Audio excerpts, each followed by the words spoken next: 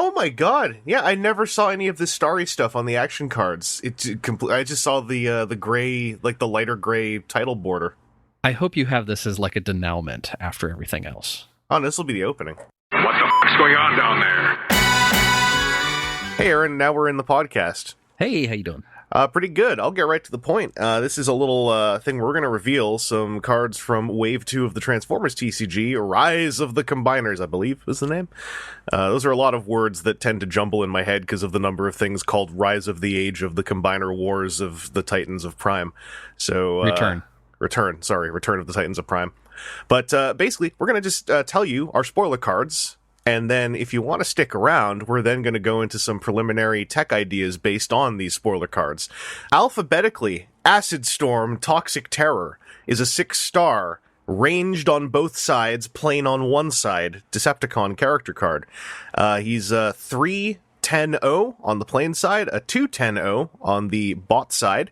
And the bot side is where this guy's thing, you're all going to notice this. He's a rare, by the way. And when he's in robot mode, enemies can't use bold. That's it. Period. And then when you flip to his alt mode, for each card in your opponent's scrap pile that has at least 2 orange pips on it, repair 1 damage from this. So we're going to get into the tech in a second, but I'm sure you all realize the purpose of Acid Storm already. Our other character card is Thrust Supersonic Interceptor, an uncommon 9-star plane in alt mode, ranged on both sides. He's a 3-11-3 in alt mode and a 5-11-1 in robot mode. Nothing on the robot mode side, he's a vanilla there, but on the alt mode side, when one of your other characters attacks, you may tap this. If you do, the attacker gets plus attack until the end of turn, equal to this character's attack total. And Aaron has a real solid tech to share about this in just a minute. Because we originally just had those to talk about, but now we also have 2 battle cards. First up is Bad Attitude. This is an action card, a rare, number 7 of 81 from Wave 2. It has no pips, and it says if you began the game with only Decepticon characters, repair 1 damage from each of your characters, then do 1 damage to each Autobot. This would be our Wave 2, at least as far as we know so far, Autobot Decepticon tribal card to join Matrix of Leadership in that very exclusive club until we see the rest of Wave 2. Maybe there's more in there. Our other action card is Evasive Maneuvers. This is a 1 blue pip, uncommon, 28 of 81. Upgrade Armor. Gives you tough 3. After the upgraded character defends, scrap this card. It is basically body armor without the prereq, but you only get to use it once before you have to go fish for it again. And those are our spoiler cards. Please stick around. We actually are very excited to talk about these. Aaron, let's get right into it. Let's talk about Acid Storm. This is the big, loud one, I think. This is the one that's going to be the one that gets a lot of noise right away, because this is the anti-the meta card from early Wave 1. So we got to see this a little bit earlier, and we'd kind of been thinking on these cards, and Acid Storm very much seemed like the... because at least the very first wave of the meta was all about bold double orange pip cards. Yeah. Bold double attack pip cards, bold double attack pip cards. September, October. And it seems like Acid Sword is a good that. Like the original, and I say meta in huge air quotes because like I agree with people who say that, you know, there really is no meta because we have exactly 1 major tournament with data, which is PAX Unplugged. But obviously, bold orange-based Insecticons and Dinobots are 2 big decks. They were 2 of the big decks right away. People came up with counters to them after about a month, but they are still a powerful, easy to build, and fun to pilot couple of decks. And if you don't know how to deal with them, they can be very frustrating because you might have a whole lot of plans, and then Dinobot rolls in with bold 15 and deals like 19 damage to you, and no matter what you do, that's probably going to suck. Yeah, so Acid Storm, I think, is going to be a shutdown to decks like that the way that Shockwave was to like my Cosmos deck.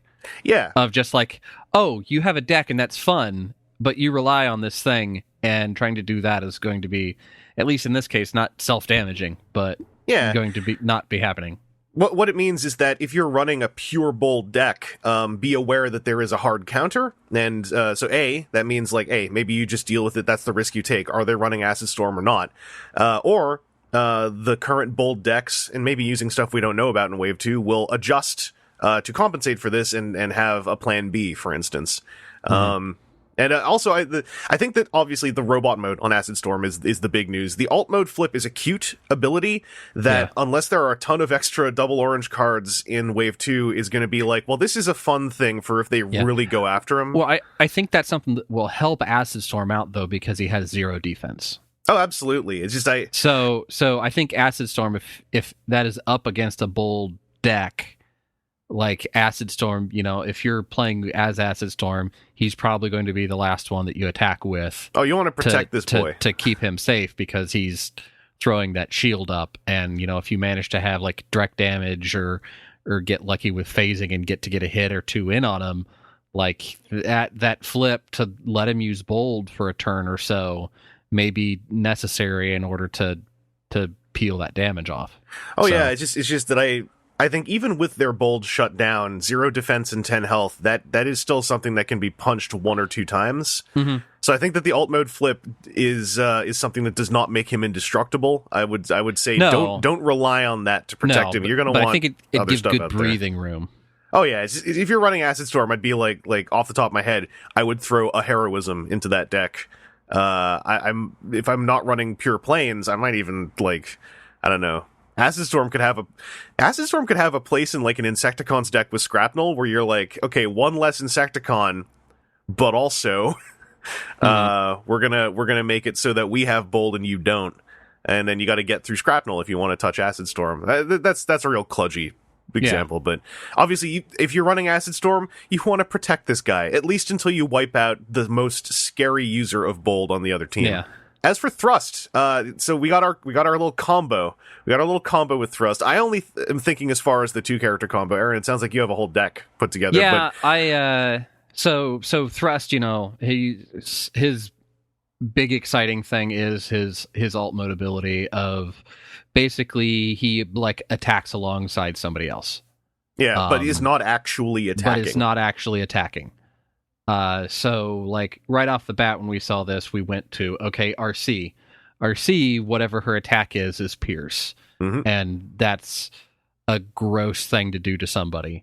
But hers by default, she's like what, 1 attack when she has that ability. So, Thrust, if nothing else, is another 3.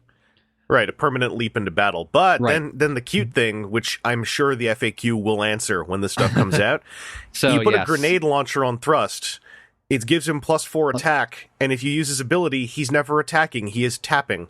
Right, so then, since he's never, big finger quotes, using the grenade launcher, it stays stuck to him.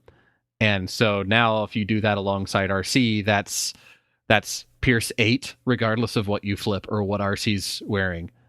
So I think that's a very breaky way to do other things. The other 2 I was putting with him were Demolisher and Flame War, because that lets you kind of go 5 wide. Oh yeah, well 4 wide. Or right? 4 wide. 4 wide. Yeah, math, numbers. I'm an engineer. It's okay.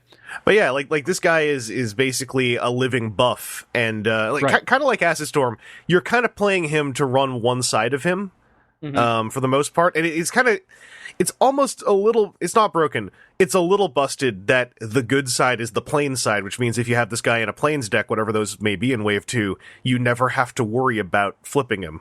Right. Because he's sitting there with his 3 defense, I just realized, which is a big defense in this game.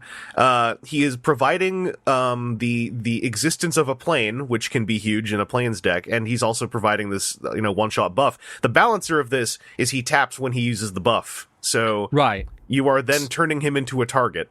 And unless you are facing a 2-wide, that means you're never able to protect him if you use the buff. So that was part of why looking at like including Flame War, because she would give tough on top of everything else. Mm-hmm. And if you need to, you can flip her for bold. And then Demolisher was, he's a tank, he's got a big defense either way. And on one side, he's got like you use his defense as bold. Oh yeah. I gotta go back and reread him. I know that comes in. What is it? You flip a card for each. When this is attacking, flip extra battle cards equal to his defense. So you're rolling off 6 battle cards by default. The one thing I'd say is Demolisher, if anything, might be the cut for me, only because Thrust, Flame War, RC, I'm going to build heavily for blue. Because that would, that with the tough, that makes Thrust basically a tank. Since he's just buffing attack, I don't really care about flipping orange. I care about flipping a big attack value. Right, but so what the rest of the scribbled pen that I have is adding in things that give defense to help progress the longevity, because you're kind of going to be short in attack with Thrust. While he's going to be tagging in on somebody, he's going to be more open. So looking at not only having the grenade launcher, but looking at other things like scribbled notes are hard to read when they're scribbled like that. At 11 health, he gets use of 2 force fields, which is pretty good. Right. So adding in things that just increase defense overall, allowing him to survive allowing everybody to survive a little bit longer, because when you do your Thrust RC trick, whoever you're playing against is going to go, oh, that's gross, I need to stop that. And so then finding ways to step in front of it, a heroism in order to jump in front of RC or Thrust, potentially, depending on if one or the other looks bad. To me, the idea is you hope to go first and you hope to draw the right things so that you not only have Thrust with a grenade launcher, but then you're attacking with either your third or fourth member. You keep Thrust and RC untapped as long as possible. To equip Thrust with a grenade launcher, equip RC with a grenade launcher, equip either or both of them with leap into battles or plus attack things off of a brainstorm, so that you have just basically a double strong good RC attack that eliminates the thing that might kill them. And then you're sitting pretty. Then there's definitely going to be the necessity for tactical play. Early on, more. TCGs are about tactical play, but it's definitely going to be something where it's not like I'm just going to turn this one right, then this one right, then this one right. This game is huge about that, though. It's like that. Those are the decisions you're making that can actually end the game for you way early if you transform the wrong character. But the thing that also excites me about Thrust, because Acid Storm is cool. Acid Storm is also a friggin' crowbar. Basically, he's a thing you hit the other guy in the head with because he's doing the thing. Thrust is touching on the flavor of Rare Optimus in that he's able to do something outside of the system. In this case, and again, maybe the FAQ will counter this, but at first glance, this guy is basically able to attack without attacking, and he's on the back of someone else being the attacker. And I think that's really fascinating. It's opening up again another side avenue in the game. And while this game is very much like one of its backbones is its inherent simplicity, I like stuff that adds a complexity without adding a rulebook mechanic, if that makes any sense. If you want to get weird with it, was just thinking about even beyond my scribbles, think about something like an agility of Bumblebee, a utility that adds even more attack. Just so that the objective of Thrust is to make that orange number as big as possible. He doesn't have to necessarily directly do anything with it. He's just sitting there going, hey buddy, here's another 8. Yeah. There are going to be options, even if it is ruled that him tapping exhausts his grenade launcher, which I would not be mad or surprised if that ruling occurs. There are plenty of other weapons to put on him that will give, anywhere from +1 to +3. So and an Energon Axe could potentially give him self-pierce if he needs it later on. Yeah, I think Thrust attacking in either mode is a real last resort kind of thing. Thank goodness at least he has 5 attack is not amazing, but that's a thing. That's still something on the other side. Right. So that, it's not like game over. I have a 3/3 if he ends up being kind of isolated. But yeah, also, FYI, these are 2 more planes. Planes decks are getting a whole lot less linear, which makes me happy as well. As someone who has been vehemently arguing that running the Seekers is viable, with the caveat that you're also at that point running a Thundercracker deck, not necessarily a planes deck. I'm really happy to see more. I'm happy to see another 6-star plane for one thing, because Skywarp will now be worth a penny, and it's just good to see more planes in general. It's a really cool tribal archetype that needed some love in this wave. So yeah, I still think so. like, conveniently, I think that the two cards that we got kind of work into either one of these decks, or at least for some of this. Like, this evasive maneuvers to give additional tough.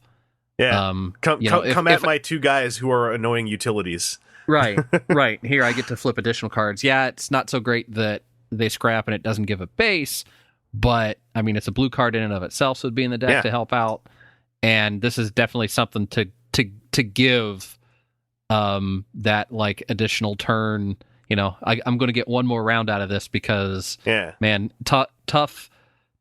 It took a while in basically everybody's reports to see where that benefit was. But like tough 3 and a blue pip, I think it's just it's beautiful. I don't mind disposable upgrade gear because the pace of this game, it's not like you rarely are going to want to actually be relying on always having that tough value occupying an upgrade slot. I mean, I also just played a game where I relied on having tough 2 reinforced armor on Nemesis Prime, but like that's not a good feeling. That's a I hope I keep flipping okay feeling.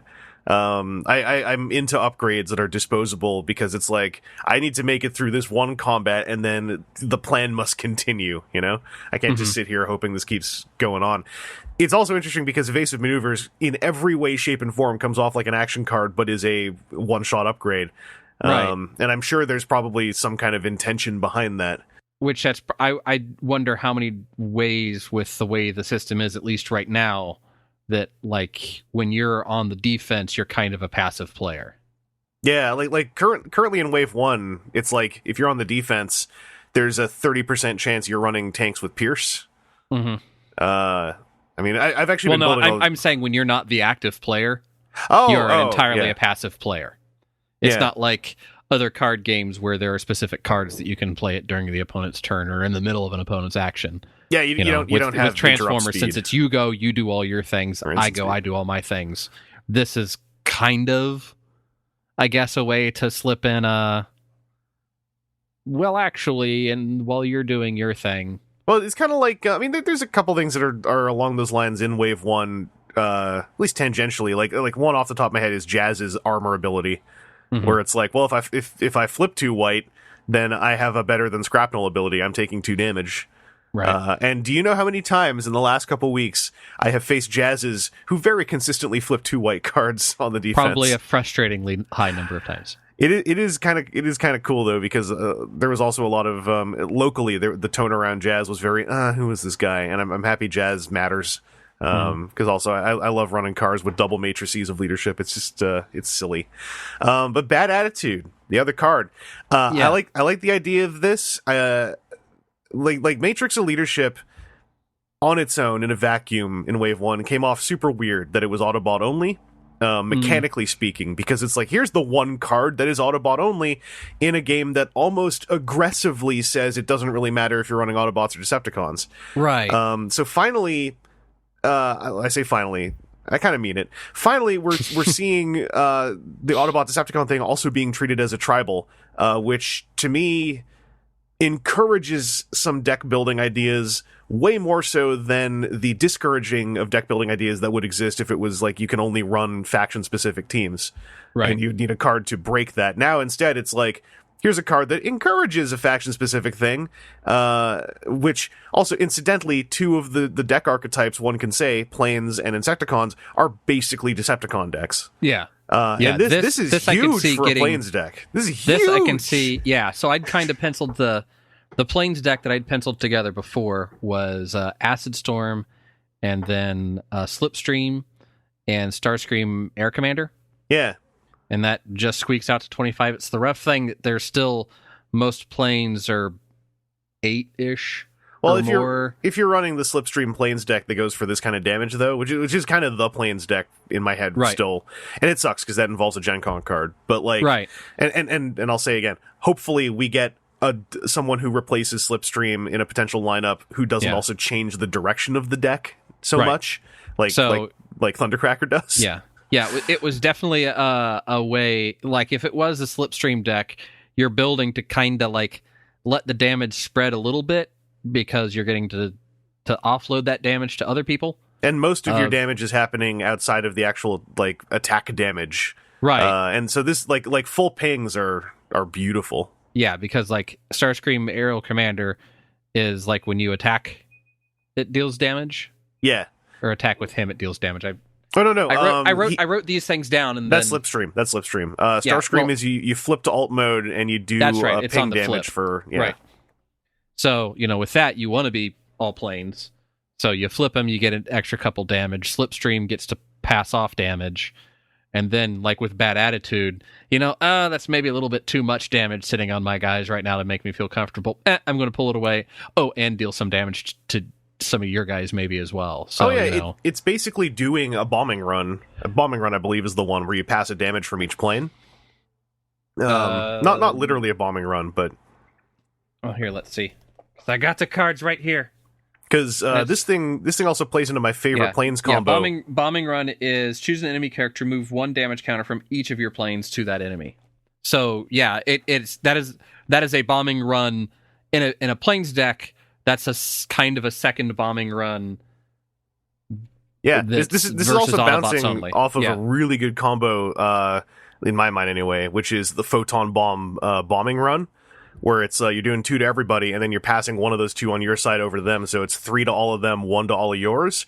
Right. Then you next turn pop a Bad Attitude, and you're like, oh, and also that 1 damage I took on everyone is repaired and passed over to all of you again. By the way, have fun. Yeah. So yeah, the Bad Attitude gives me some fun feelings. I love, and also indirect damage is also my favorite way to refer to it because it makes no sense because it's actually very specifically direct damage. That is actually direct damage. But direct in this game is so much more considered in my mind to be like character to character. Mm-hmm. But yeah, these battle cards, Bad Attitude's the one I'm the most excited for. Evasive Maneuvers is probably the one I'm going to actually be the most thankful for in deck building, but it's very much like it's filling in one of the small little gaps in the, vast spread of available cards. Now we have a tough 3 that doesn't need you to be melee, and it's a blue pip. Yeah, it's kind of the difference between, like, Bad Attitude's the one that you'd kind of like to build around, mm-hmm. and figure out something really fun to do with it, and Evasive Maneuvers is probably going to be more like that's kind of like a 1 of, 2 of, and, like, a lot of things, right? Yeah, and Bad Attitude is also a repair with benefits, which is something that I think the game is really calling for, because the repair cards on their own all felt like step 1 of a 2-step thing that, like, step 2 doesn't exist. Yeah. This certainly isn't step 2, but this is a really nice, another step 1 that can go places. Mm-hmm. Like, if anything, the one thing about Bad Attitude that I think really oriented towards planes and outside of attack damage more than anything else is the lack of a pip. It's occupying the similar space as Plasma Burst, where it's hard to justify putting this in a deck where you also want to care about bold or tough. Right. You want this in a deck where you're caring about pure values, you're caring about Pierce, etc. Mm-hmm. I only feel a little bit bad because to me, currently in Wave 1, the healing deck, if there is one, is the Trucks deck. And this very specifically will not work in the Trucks deck. Yeah. Because that's a bunch of Autobots. Yeah. So unfortunately, the Trucks deck healing meta that I so desperately want to actually see exist does not get support from this. But yeah, I'm pleased with what we're seeing so far. I'm so happy to see an answer to Bold. Bold actually already has several answers, but I like that there's now just a character card who makes it simple. I mostly actually like that there's a 6-star plane that isn't Skywarp, so we can just let that poor boy sleep. Mm-hmm. Skywarp, whose sole quality is a plane and is 6 stars. Hopefully in Wave 2 we also see something that makes stuff like Skywarp's abilities matter a bit more. Yeah. But yeah, I'm digging some of this. I'm looking forward to doing some brewing. Looking forward to seeing what the other spoilers are as well. Yes. I'm really looking forward actually to more battle card spoilers. As cool as character cards are, I feel like we had more to say hypothetically about the battle cards. Because these characters they add to the roster, but these battle cards are what we're actually we're actively doing in the game. I feel like they have more of an impact on the game, the game state overall. Character cards are like the meat, and the battle cards is like everything else that makes the good soup. Yeah, like character cards are like, okay, what's the plan? The character cards, all right, but how do we do this? It's the battle cards. So I'm super happy we actually got some battle card spoilers.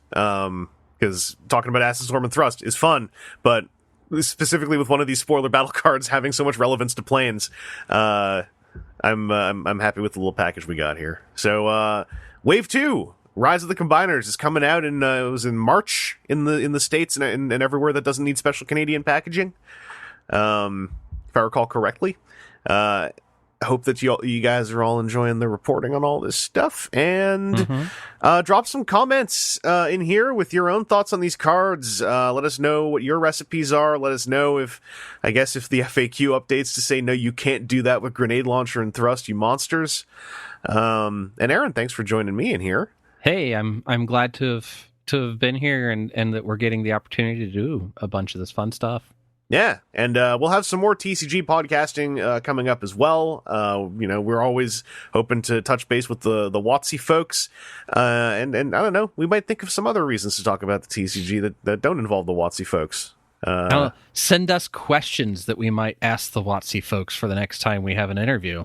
Well, we'd want to do that in a dedicated thread, so right. So you can send them to us, but we may forget them until the dedicated thread exists. Because it's what we do. But yeah.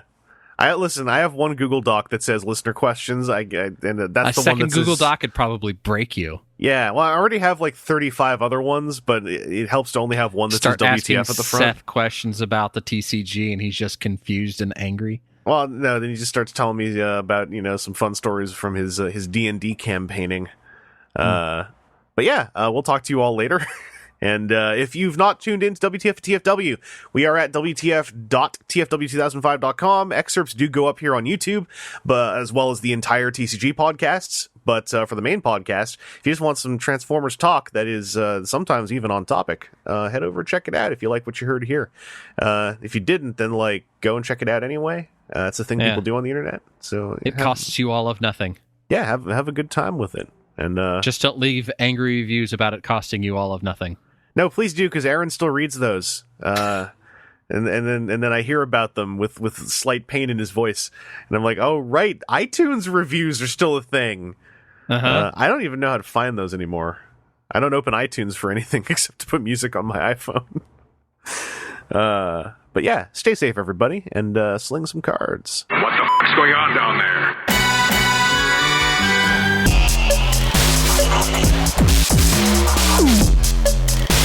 We'll be right back.